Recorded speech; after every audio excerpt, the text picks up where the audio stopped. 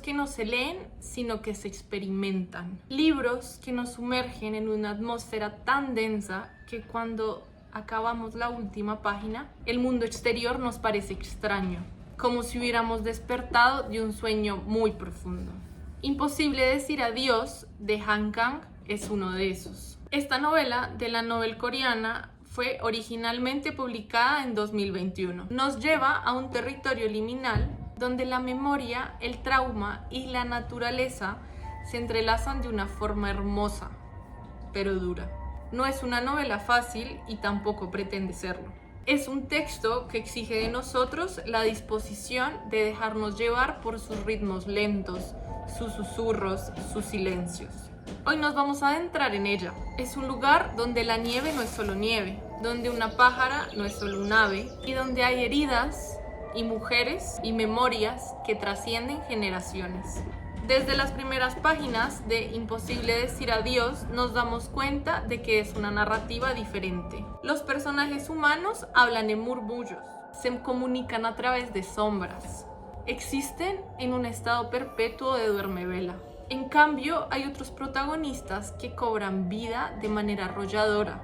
La nieve, el bosque, el viento, los pájaros. En esta novela, la nieve es memoria cristalizada. Es el peso del pasado que se acumula capa tras capa sobre el presente. Cada copo que cae parece llevar consigo los ecos de las voces que ya no están, de esas historias que se resistieron a ser contadas durante décadas. Y luego está la pájara de Inseon. Este personaje alado se convierte en el hilo conductor de la narrativa, en el puente entre el mundo de los vivos y los muertos. Es interesante porque la pájara posee lo que los humanos han perdido, la capacidad de emitir sonidos claros, de romper el silencio.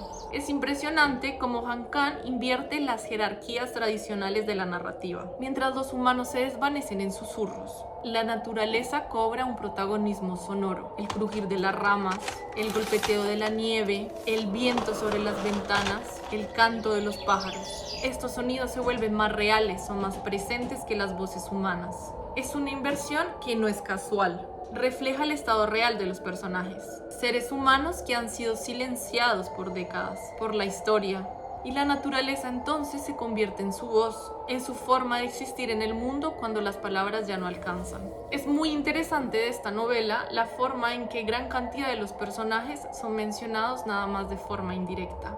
No nos aparecen como sujetos directos del relato.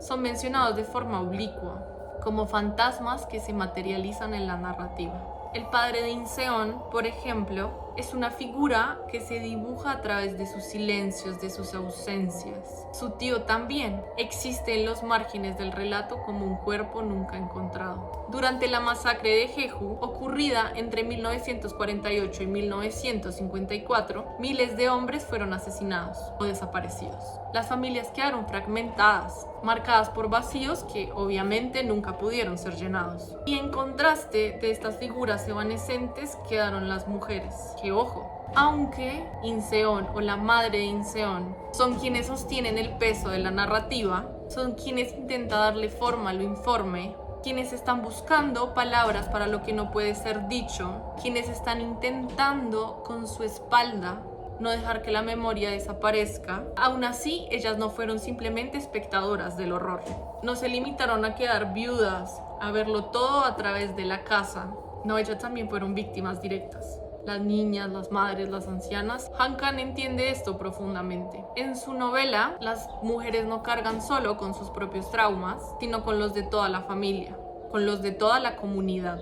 Son ellas quienes deben decidir qué contar y qué callar, qué recordar y qué intentar olvidar. La madre de Inseon en este relato es el ejemplo más poderoso. Durante años, décadas, mantuvo oculto su pasado a Inseon, protegiendo a su hija de una verdad terrible. No obstante, cuando cayó el régimen militar en Corea, ella volvió en secreto a buscar respuestas. Solo cuando su mente comenzó a desvanecerse y perdió el sentido del pasado y el presente, cuando ya no pudo mantener el control consciente de sus memorias, estas verdades empezaron a filtrarse.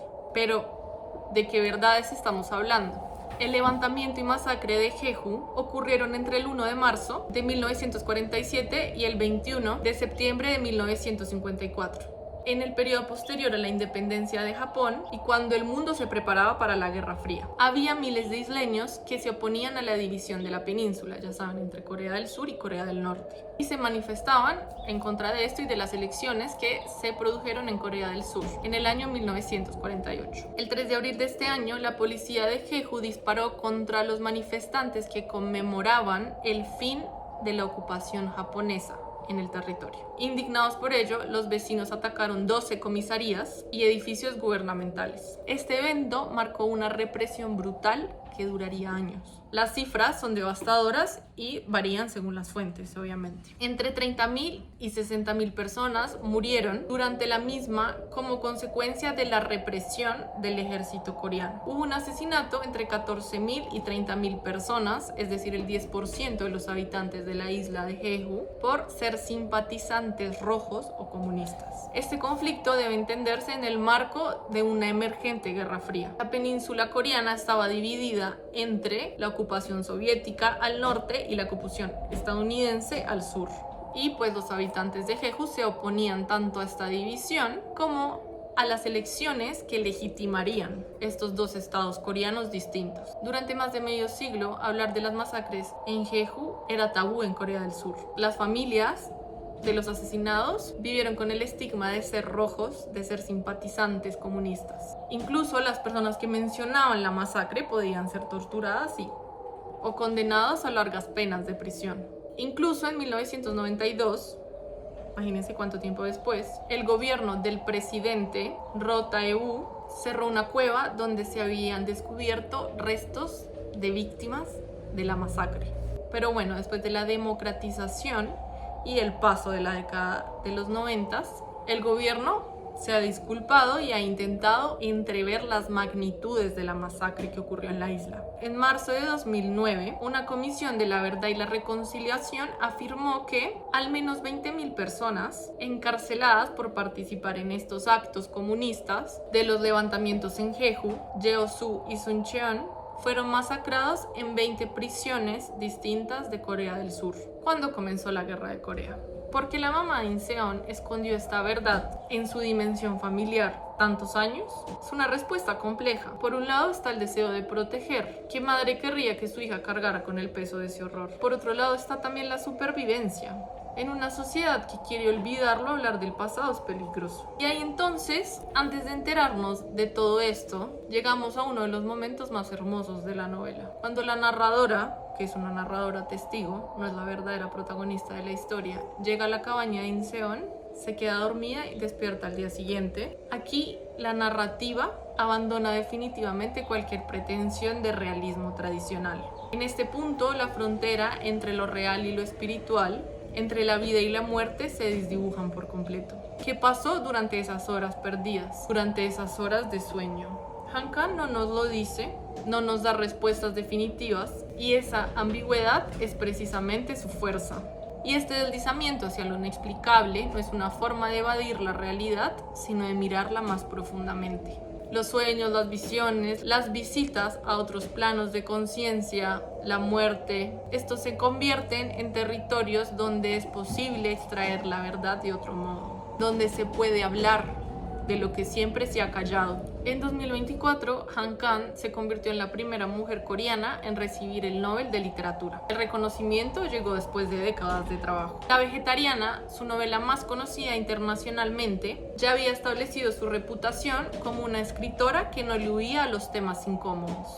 Esta novela, así como Imposible decir adiós, no busca consolar, quiere confrontar. Lo que conecta ambas obras es su compromiso por la verdad emocional. Han Kang no endulza sus narrativas, no ofrece soluciones fáciles o consoladoras. Sus personajes están rotos, su mundo está fracturado y ella no pretende lo contrario. Pero esta dureza no es gratuita, es necesaria. Las novelas de Han Kang nos recuerdan que hay experiencias humanas que no deben ser desestimadas, que no pueden ser suavizadas, que exigen ser enfrentadas con toda su crudeza. Esta capacidad de Han Kang para tejer lo personal con lo histórico, lo íntimo con lo político, es lo que la convierte en una de las voces más importantes de la literatura coreana. Sus novelas entonces no son solo obras de arte, son actos de resistencia también, formas de preservar memoria. Al final, Imposible decir adiós nos deja con más preguntas que respuestas. Y esa precisamente es su fuerza. La verdad es una novela que termina habitándonos por muchos días después de leer su última página. Porque nos recuerda que hay heridas que no cicatrizan completamente, memorias que no pueden ser domesticadas y verdades que resisten esos intentos de comprensión. Nos enseña que a veces, en vez de resolver tensiones, debemos aprender a vivir con ellas. La nieve seguirá cayendo sobre los bosques de Corea, los pájaros seguirán cantando y las mujeres seguiremos cargando con memorias pesadas. No te quedes sin leer esta novela maravillosa. Si te gustó este video, no olvides suscribirte, activar la campanita de notificaciones y seguirme en mis redes. Nos vemos, chao.